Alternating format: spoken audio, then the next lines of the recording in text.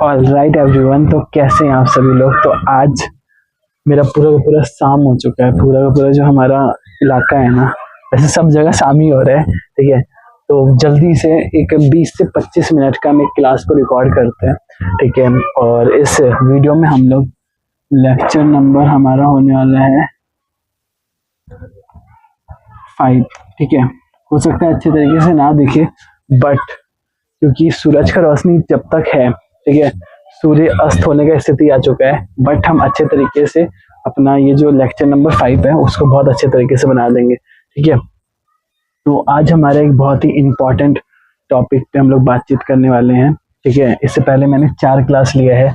हमारा जो चैप्टर चल रहा है वायुमंडल, ठीक है, वायुमंडल संगठन एवं संरचना, ठीक है। तो ये जो मेरा चैप्टर है, ठीक है, एटमॉस्फेयर का जो कंपोनेंट है और जिसका स्ट्रक्चर है उसके बारे में हम लोग बातचीत कर रहे थे। हमने बहुत कुछ समझने का प्रयास किया, ठीक है। हमने एटमॉस्फेयर को अच्छे से समझा कि एटमॉस्फेयर जो होता है वो कई चीज़ों से मिलकर के बन रहा होता है, ठीक है। थोड़ा सा हम लोग रिकैप करते हैं कि हम लोग इससे पहले हम लोग क्या समझे थे, ठीक है। आप लोग को लेक्चर नंबर 1 से लेकर के ये जो क्लास 11th का ये जो हमारा चैप्टर नंबर 8 है, इस 8 चैप्टर को या फिर किसी भी चैप्टर को हम लोग कंप्लीट करेंगे ना, तो उस समय आप लोग को उसका हर एक चीज को जो भी बोर्ड में लिखवाया जाएगा उसको अच्छे तरीके से फॉलो करना है। और लास्ट में जाकर के जो हमारा एनसीईआरटी जो हमारा बुक है, मतलब कि 11th क्लास का जो किताब है ना, इस 11th क्लास में एक पीछे क्वेश्चन आंसर दिया हुआ है, ठीक है। करीब करीब देखिए, आपको हम दिखला देते हैं, ठीक है। ये सब क्वेश्चन आपसे बन जाएगा, ठीक है। अगर एक भी क्वेश्चन आपसे नहीं बने, 3 क्वेश्चन दिया हुआ है, ज्यादा क्वेश्चन दिया हुआ भी नहीं है, ठीक है। वैकल्पिक प्रश्न 1 2 3 4 5, ठीक है, और दूसरा क्वेश्चन और तीसरा क्वेश्चन, तो इसको आपको अच्छे तरीके से लिख लेना है अपनी कॉपी में, ठीक है। तो एनसीईआरटी में आपका जो 3 क्वेश्चन है, और ये थोड़ा इसके अंदर भी सब क्वेश्चन दिया हुआ है, मतलब कि 3 क्वेश्चन में भी जैसे पहला क्वेश्चन लिखा हुआ है, निम्नलिखित में से कौन सी गैस वायुमंडल में सबसे अधिक मात्रा में हमें देखने के लिए मिल रहा होता है। तो इसका आंसर हम बता देते हैं नाइट्रोजन गैस, ठीक है। तो इसी तरीके से हमारा कई सारा क्वेश्चन हम लोग को देखने के लिए मिलेगा। जैसे ही हमारा चैप्टर नंबर 5, ये मतलब कि चैप्टर नंबर 8 हमारा खत्म हो रहा होगा, वैसे ही हम लोग को क्या करना है, इसका क्वेश्चन आंसर उसी कॉपी में, जिस कॉपी में हमारा नोट्स बन रहा है, उसी कॉपी में हमें इसका क्वेश्चन आंसर को बना लेना है, ठीक है। इसके क्वेश्चन आंसर को बनाने का प्रयास करना है, या फिर पूरा का पूरा चाहे किस तरीके से भी हम लोग लिखने का हम लोग को प्रयास करना है, ठीक है। कॉपी में अच्छे तरीके से जो भी हम नोट्स लिखे हैं, कम से कम नहीं तो जितना भी हम लोग नोट्स बना रहे हैं ना, उसी से अपने क्वेश्चन का आंसर को ढूंढना है, ठीक है। उसी क्वेश्चन से, जैसे कि हम जितना भी यहाँ पे नोट्स लिखवा रहे हैं, अभी जो हम नोट्स लिखवा रहे हैं, इसी नोट्स से आपको क्वेश्चन का जो आंसर है ना उसको ढूंढने का प्रयास करना है, ठीक है। तो चलिए अपनी ज्योग्राफी सब्जेक्ट का थोड़ा सा और रिवीजन करते हैं, ठीक है, और अच्छे से जानने का प्रयास करते हैं। तो वायुमंडल में हम समझा रहे थे आप लोग को कि जो हमारा वायुमंडल है ना, वो कई सारी चीज़ों से मिलकर के बना है, चाहे वो हमारा धूलकण हो, चाहे वो हमारा अलग अलग चीज़ें, जितना राख है, ठीक है, और भी हमारी गैसें, जितनी भी चीज़ें हम लोग को देखने के लिए मिलता है, कार्बन डाइऑक्साइड, नाइट्रोजन गैस, ठीक है, CO2, आर्गन, ये सारी की सारी गैसें मिल करके हमारा वायुमंडल बन रहा होता है, ठीक है। इन्हीं से हमारा वायुमंडल बनता है, चाहे वो हमारा गैस हो, ठीक है, चाहे वो हमारा गैस किसी भी प्रकार का, चाहे वो CO2 हो, ठीक है। आपको ये चीज़ दोबारा लिखना नहीं है, बट इस चीज़ को सुनना है, ठीक है। क्योंकि मेरा ऐसा मानना है, अगर कोई अच्छी तरीके से 5 लेक्चर को भी सुन लेता है ना, तो उसको अच्छी तरीके से याद हो जाएगा। और मुझे तो ऐसा लगता है उसके बाद वो इस क्वेश्चन को अपने से बना सकता है, ठीक है। अपने से नहीं बना सकता, तो नोट्स को देख करके अच्छे तरीके से बना सकता है, और उसके दिमाग में सब कुछ उसको अच्छे तरीके से याद हो जाएगा, ठीक है। तो हमारा ये जो गैस है, चाहे वो CO2 गैस है, ठीक है, नाइट्रोजन गैस है, आर्गन गैस है, ठीक है, इसके अलावा हमारा ऑक्सीजन गैस है, ठीक है। तो इस वायुमंडल में हमें कई सारी चीज़ें देखने के लिए मिलता है। इसके अलावा वायुमंडल के अंदर हम लोग, जैसे घर के अंदर हम लोग का पानी होता है, वो उबल रहा होता है, ठीक है। और पानी जब उबलता है ना, तो वेपर के रूप में बाहर आता है, जिसको हम लोग जलवाष्प कहते हैं, ठीक है। तो ये वायुमंडल के अंतर्गत आ रहा होता है। इसके अलावा जो हम लोग का धूल कण होता है, ठीक है, धूल का कण, जैसे कि अभी ऐसे हम एक छोटा सा वीडियो भी बनाए थे, ठीक है, धूल कण जैसे कि हम कुछ भी जलाते हैं, ठीक है, खाना पकाते हैं, जैसे हम गोईठा में खाना पकाते हैं, ठीक है, वैसे हमेशा नहीं पकाते। जैसे हम लोग का जब खत्म हो गया था, क्या कहते हैं, गैस, तो वैसी स्थिति में हम गोबर का जो गोईठा होता है ना, उससे हम खाना बना रहे थे, ठीक है, तो उससे कितना राख निकला। ये जो राख है, ये भी तो हमारा धूल कण में अल्टीमेटली जाएगा, जो वायुमंडल के अंतर्गत आ रहा होगा, ठीक है। तो हम बस रिवीजन करवाना चाह रहे हैं, ठीक है। अभी हम लोग आएंगे अपने अगले टॉपिक पे और अच्छे से हम आप लोग को समझाने का प्रयास भी करेंगे, ठीक है। तो मेरा ऐसा मानना है कि हमारा अच्छे तरीके से क्लास चल रहा है और हम लोग बहुत कुछ सीख रहे हैं, समझ रहे हैं, जानने का प्रयास कर रहे हैं, ठीक है। इसके अलावा जब हम लोग बातचीत कर रहे थे तो उसी के साथ हम लोग संगठन के बारे में बातचीत कर रहे थे। संगठन क्या होता है, इसको थोड़ा सा हम लोग समझेंगे।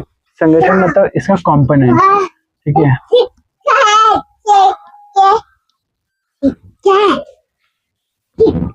हम 1 मिनट के लिए थोड़ा सा क्लास को बंद कर रहे हैं। तो हम अच्छे तरीके से मफलर लगा चुके हैं और अब अपने क्लास को आगे बढ़ाते हैं, ठीक है। तो जो हमारा वायुमंडल है उसको हमने देखा, अब हमें जानना है अपने संगठन के बारे में, ठीक है। तो अब हम लोग अपने संगठनों को जानकारी प्राप्त करेंगे। संगठन, जो वायुमंडल का संगठन है, उसको अब हम लोग देखेंगे। तो जब हम लोग वायुमंडल के संगठन के बारे में बातचीत करते हैं ना, तो 3 चीजों से मिलकर के बना होता है, ठीक है। तो 3 चीज क्या है? 3 चीज जैसे कि धूल का कण है, ठीक है, जो हम बता चुके हैं वैसे, चाहे वो गैस है, धूल का कण है, राख है, जलवाष्प है, ये सारी की सारी चीजें, ठीक है। तो ये हमें बस सुनना है, अभी कुछ भी नहीं लिखना है, ठीक है। इसके बाद जो हमारा नेक्स्ट स्लाइड होगा, ठीक है, नेक्स्ट नहीं, मतलब कहने का मतलब ये, नेक्स्ट मेरा जो बोर्ड है उसमें नेक्स्ट कहाँ से आ सकता है, उसको मिटाना होगा, ठीक है। तो मिटाने के बाद जो हम लिखेंगे ना, उसको आप लोग को लिखना है, ठीक है। तो यहाँ तक बस आपको सुनना था और बस सुनना है, और अगर आपको लगे तो इसको लिख सकते हैं कि क्वेश्चन आंसर हमें बनाना है, ठीक है। ये होमवर्क है हमारा, होमवर्क लिख लेना चाहिए, ये तो हम लोग भूल जाते हैं, ठीक है। तो वो इस तरीके से अगर हम लोग देख रहे हो, समझ रहे हो, कुछ करने का प्रयास करें तो हमारा हो जाए, ठीक है।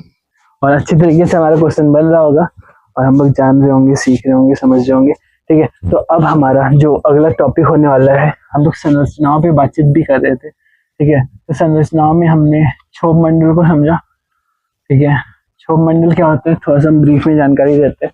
क्षोभ मंडल मतलब कि जो हम लोग का सबसे नीचे वाला मंडल होता है, जहाँ पर हम लोग रहते हैं, ठीक है। हमारा जो बादल है वो क्षोभ मंडल में बनता है, ठीक है। हमारा जो ट्राइपॉड है वो क्षोभ मंडल में रखा हुआ है, मेरा कैमरा क्षोभ मंडल में रखा हुआ है, ठीक है। क्षोभ मंडल में आंधी इतना तेज आता है, तूफान इतना तेज आता है कि हमारा जो हेलीकॉप्टर है, हमारा जो क्या कहते हैं जहाज है, वो बोलता है हम क्षोभ मंडल में नहीं उड़ेंगे, ठीक है। वो क्षोभ मंडल में उड़ने से मना करते हैं। तो अगला मंडल का बात आ जाता है, वो है हमारा समताप मंडल, ठीक है। जैसे ही समताप मंडल की बात करते हैं, वैसे ही हमारा जो प्लेन है, जो एरोप्लेन है, वो समताप मंडल में उड़ जाता है, ठीक है। समताप मंडल से निकलता है, ठीक है। समताप मंडल से बहुत अच्छे तरीके से निकल रहा होता है। फिर हमने बात किया था, हम लोग का क्षोभ मंडल हो गया था, समताप मंडल हो गया था। आज हम लोग को बात करना है मेसोस्फीयर का, ठीक है। आज हम लोग को मध्य मंडल का बात करना है, मेसोस्फीयर, ठीक है। तो हम लोग का जो मध्य मंडल है उसको आज हम लोग समझेंगे। इसके अलावा हम लोग आज ही आयन मंडल को समझ जाएंगे, ठीक है। हो सकता है थोड़ा सा तो ना जो लाइट है वो हमारा जा चुका है, ठीक है, क्योंकि ये चीज हम छत में बना रहे हैं। अपना ज्योग्राफी का ये जो क्लास हम ले रहे हैं, हम छत से ले रहे हैं, ठीक है, जिससे हम अच्छे तरीके से यहाँ पर ले सके। नीचे जो है लाइट बहुत ही ऐसा आता है ना कि नीचे बहुत धब्बा जैसा आता है, तो हमें धब्बा बिल्कुल भी अच्छा नहीं लगता।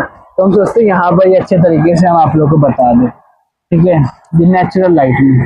तो मुझे पहले आना चाहिए था, बट कोई बात नहीं, हम अभी आ चुके हैं, ठीक है। और अभी हम अच्छे से आप लोग को बताने का प्रयास करेंगे, ठीक है। तो आज हमारा टॉपिक शुरू होने वाला है वायुमंडल का संरचना, ठीक है। इससे पहले तक हम लोग बस बातचीत किए, हमने बस अपना पीछे का चीज़ों को रिकॉल किया है, ठीक है। और अगर हमने अच्छे तरीके से सुना होगा तो हमारा एनसीईआरटी के जो क्वेश्चन आंसर है अभ्यास करने के लिए जो दिया गया है ना, वो हमारा बनता हुआ हमें देखने के लिए मिलेगा और हमसे एक भी क्वेश्चन नहीं छूटेगा। ठीक है, अगर हमने वीडियो को अच्छे तरीके से सुना है, बस सुना हो, ठीक है, और लिख भी लिया हो। अगर लिखा होगा, अगर हमने लिखा होगा तो बहुत ही अच्छे तरीके से हमें हर एक चीज आ रहा होगा, बहुत अच्छे तरीके से हम लोग सब कुछ देख रहे होंगे। ठीक है, तो अब हमारा जो टॉपिक है उसका आरंभ करते हैं। वायुमंडल की संरचना। ठीक है, ये जो वायुमंडल की संरचना हमारा टॉपिक है ना, इस टॉपिक के अंदर हम लोग को क्या पढ़ना है, इसके अंदर हमने कई सारे लेयर को पढ़ा था। ठीक है, एक बार हम लिख देते हैं। जैसे कि मान लेते हैं ये हमारा अर्थ है। ठीक है, ये हमारा अर्थ है। ठीक है, इस अर्थ के ऊपर हमारा कई सारे लेयर होता है, बहुत सारे लेयर होता है। ठीक है, इसमें हमने पहला लेयर को पढ़ लिया, उसके बाद हमने दूसरा लेयर को पढ़ा। पहला लेयर हमारा क्षोभ मंडल। ठीक है, क्षोभ मंडल। दूसरा लेयर हमारा समताप मंडल, समताप मंडल। ठीक है, इसका ऊंचाई हम लोग बातचीत किए थे कि 8 किलोमीटर यहाँ पर होता है, तो यहाँ 18 किलोमीटर होता है। और इस साइड का हम एक बार देख करके अच्छे से लिख देते हैं। ठीक है, 50 फिर 80। फिर हमने बात किया था कि जो हमारा समताप मंडल होता है वो 18 से लेकर के 50 तक होता है। फिर उसके 80 भी हम अभी देखें। देखिए 80 हम लोग का मध्य मंडल का ऊंचाई हम लोग को देखने के लिए मिल जाता है। इसके ऊपर हमारा मध्य मंडल हमें देखने के लिए मिलता है, जो हमें 50 से 80 तक देखने के लिए मिलता है। ठीक है, बिल्कुल ही हम करेक्ट आंकड़ा बताने का प्रयास कर रहे हैं। ठीक है, तो मध्य मंडल हमारा 50 से 80 तक देखने के लिए मिलता है। समताप मंडल हमें 18 किलोमीटर से 50 किलोमीटर के बीच में देखने के लिए मिल रहा होता है। ठीक है, और इसी के बीच में हमारा ओजोन परत हम लोग को देखने के लिए मिलता है। ओजोन को हम लोग, ओजोन जो लेयर होता है ना, उसको हम लोग O3 से डिनोट कर रहे होते हैं। ठीक है, तो इसका जानकारी हम लोग को पता होना चाहिए और हमने बहुत कुछ जानने का प्रयास किया था। ठीक है, और जो हम लोग समताप मंडल का बात कर रहे थे, तो उसी समय हम बोले थे कि यहाँ पर ऊंचाई बढ़ने के साथ साथ जो हमारा समताप मंडल का ऊंचाई बढ़ रहा होता है ना, ये नोट भी हम लिखवा दिए थे, या फिर आप लोग दोबारा से लिख लीजिएगा कि ऊंचाई बढ़ने के साथ साथ समताप मंडल में ऊंचाई बढ़ने के साथ साथ जो तापमान है, मतलब यहाँ पर अगर हमारा हाइट बढ़ेगा तो जो तापमान है, जो टेम्परेचर है, वो भी हमें बढ़ता हुआ देखने के लिए मिल रहा होता है। ठीक है, ये छोटा सा चीज हम बताना चाह रहे थे। ठीक है, जो हमने अच्छे से समझने का प्रयास किया। ठीक है, तो आज हम लोग बातचीत करेंगे हम लोग का मध्य मंडल का। ठीक है, उसके बाद हम लोग बातचीत करेंगे हमारा आयन मंडल का। ठीक है, बस उसके बाद हमारा एक और मंडल होता है बहिर्मंडल, जिसको हम लोग कहते हैं। ठीक है, तो ये जो तीनों मंडल हमें देखने के लिए मिल रहा है, इस पे थोड़ा मतलब बातचीत करते हैं। ठीक है, और लाइट बिल्कुल जाने वाला है, तो हम एक काम करते हैं, फ्लैश लाइट ऑन कर देते हैं, जैसे कि हमें अच्छे तरीके से दिखे। बट अगर हम फ्लैश लाइट ऑन किए ना, तो हम सही बोल रहे हैं, हम अच्छे से तो ना देख भी नहीं पाएंगे, पूरा धुंधला दिखेगा। ठीक है, तो हम एक काम करते हैं, ये जो क्लास हम यहाँ तक लिए हैं, ठीक है, इस क्लास के बाद हम कोई कोई चीज को और रिकॉर्ड कर लेते हैं। ठीक है, और जो मेरा सीढ़ी है ना, उस सीढ़ी में हम बोलेंगे आप लोग को। ठीक है, हम बोलेंगे अच्छे से। ठीक है, इसके बाद क्योंकि आप लोग को दिख नहीं रहा है नीचे का कुछ भी चीज, हम बोलेंगे और आप लोग लिख लीजिएगा।